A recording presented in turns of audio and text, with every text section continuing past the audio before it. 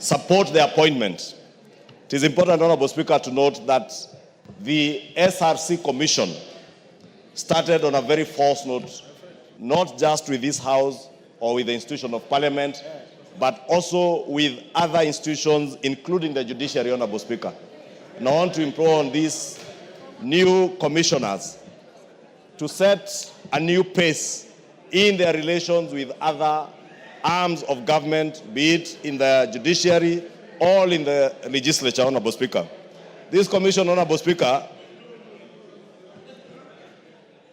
if you can protect me from the very loud consultations. Order, honorable members. Order. CNN. Order.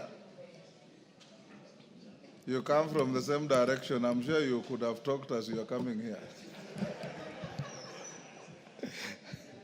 Order, let's listen to one another. Thank you, Honorable Speaker. It's probably because I didn't say Happy New Year to all the members. And let me take this opportunity to say a happy 2025 to all the members as I welcome them back to this special sitting. And also thank them for showing up in their numbers, at least within the first 2 weeks of the year. That, Honorable Speaker, tells you the dedication and commitment of these members. And even the members of the Labour Committee and the Committee on Appointments, which you chair, which took time during the recess to vet both these SRC members and the cabinet nominees. Order, honorable members. Who is the convener of that illegal Kamkunji? Go on. Thank you, Honorable Speaker. Unfortunately, it is the leader of the minority and deputy leader of the majority of the broad-based government, the Honorable Junet Mohammed.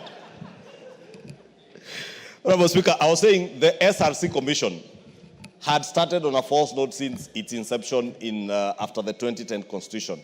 And I was saying I pray and hope that this new commission and these 7 commissioners will work in consultation with other arms of government so that they do not work as a commission that's working in competition with other arms of government, and especially the judiciary, the legislature, and even other players in the executive, Honorable Speaker. Honorable Speaker, I want to believe that this being a new commission, they will work in a consultative manner. Because, Honorable Speaker, we had a very populist commission before this one. And I want to encourage the new commissioners not to fall into the trap of playing to the gallery. Honorable Speaker, you remember during the Gen Z protests mid last year, the former commission published a gazette notice that they were increasing the pay of members of parliament by some, was it 9,000 or 7,000 shillings? And it is the normal increments, Honorable Speaker, that come, I think, every 2 years. But, Honorable Speaker, the timing and the gazettement of that gazette notice was very suspect. And all they intended to do was to play populist politics, play to the gallery, and continue to poison Kenyans against members of parliament. Honorable Speaker, these members of parliament work, and they have a lot of work that they do both in the House and outside the House, and nobody should demonize them on account of their work.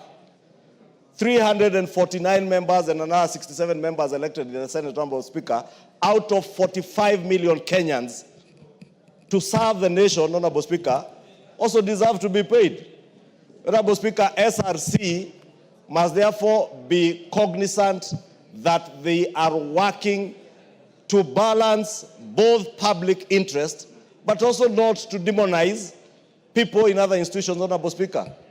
I know the judiciary, members of the judiciary, because I've had occasion to engage with members of the judiciary, have suffered the same fate as members of parliament, Honorable Speaker. In fact, I remember, Honorable Speaker, at one point somebody in the judiciary, who I will not name, asked me, why don't you disband this commission?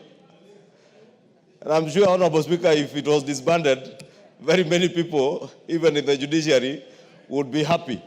But, Honorable Speaker, we want the commission to stay because we want a balance in how we conduct our public affairs, especially in matters to do with personnel management, remuneration of public officers, but it must be done in a measured way, in a balanced way, balancing the resources we have, but also the needs of the public service officers who are serving the people of Kenya, Honorable Speaker.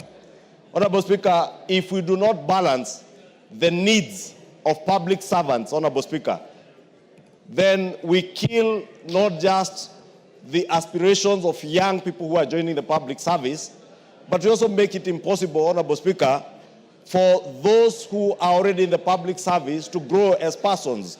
And therefore, Honorable Speaker, I want to ask this commission, this new commission as they come into office, to engage other stakeholders.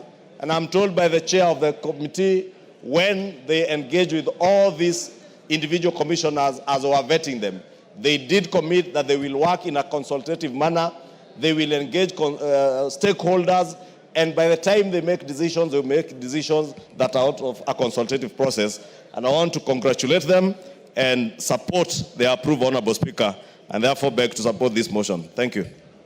Thank you, Jeanette.